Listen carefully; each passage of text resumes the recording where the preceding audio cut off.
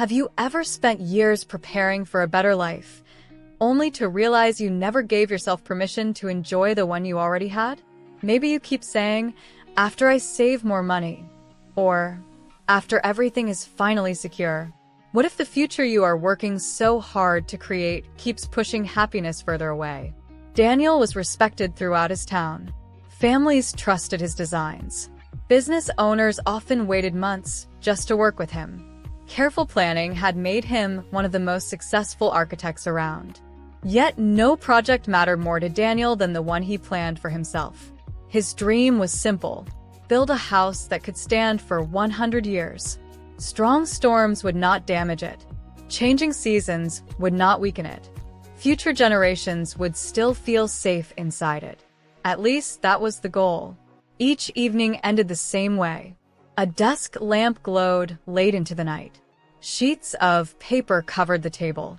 Measurements were checked. Calculations were reviewed. New ideas replaced old ones. Whenever someone asked about construction, Daniel always gave a similar answer. I am getting close. Just a few more improvements. Almost ready. People believed him. At first, time continued moving forward. Spring became summer. Leaves turned orange and fell. Cold winters arrived and disappeared. Fresh calendars replaced old ones. Meanwhile, the empty piece of land remained untouched. Invitations from friends became less frequent. Weekend trips happened without him. Family gatherings occasionally passed by while he stayed home working on plans. None of it seemed important. The future house always felt more important.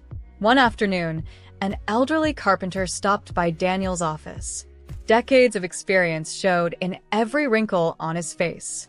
Strong hands revealed a lifetime of building things that lasted. Curious eyes studied the enormous stack of blueprints sitting on Daniel's desk. After several minutes, the carpenter asked a question. How long have you been working on this design? Pushing 12 years now. Daniel replied proudly. The old man raised his eyebrows. 12 years. A confident smile appeared on Daniel's face. I want everything to be perfect. Silence filled the room. Slowly, the carpenter walked toward the window.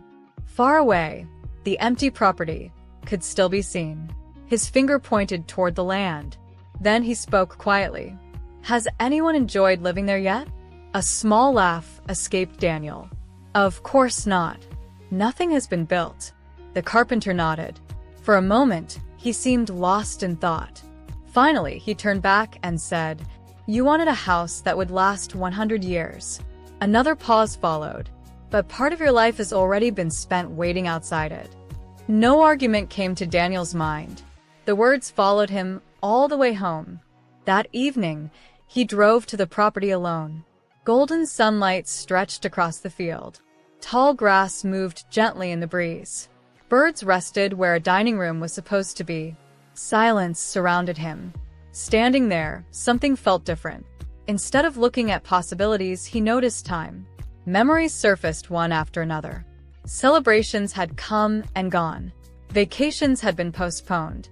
Special moments had been delayed. Precious years had quietly slipped away. Every sacrifice had been made for a future that never seemed ready. A difficult truth suddenly became clear. The house was not unfinished because the plans were incomplete. The house was unfinished because perfection had become an excuse. Tomorrow always looked more important than today. As a result, today kept disappearing. The following morning brought a decision. No more revisions. No more adjustments. No more waiting. The design was finalized. Construction began within weeks. Months later, walls stood tall. Soon afterward, the house was finished. Laughter eventually filled the rooms. Friends gathered around the table. Family memories began forming inside the home. Children raced through the hallways. Life finally moved into the place that had existed only on paper. Years later, someone asked Daniel about the greatest feature of the house. Many expected him to mention the foundation. Others expected praise for the materials. Instead, a gentle smile appeared on his face. The best part, he said, was deciding it was time to stop planning and start living. Many people build their own version of Daniel's house. Some postpone joy until retirement. Others delay dreams until a savings account reaches a certain number. Many wait for perfect timing before allowing themselves to enjoy life. Unfortunately, perfect timing rarely arrives.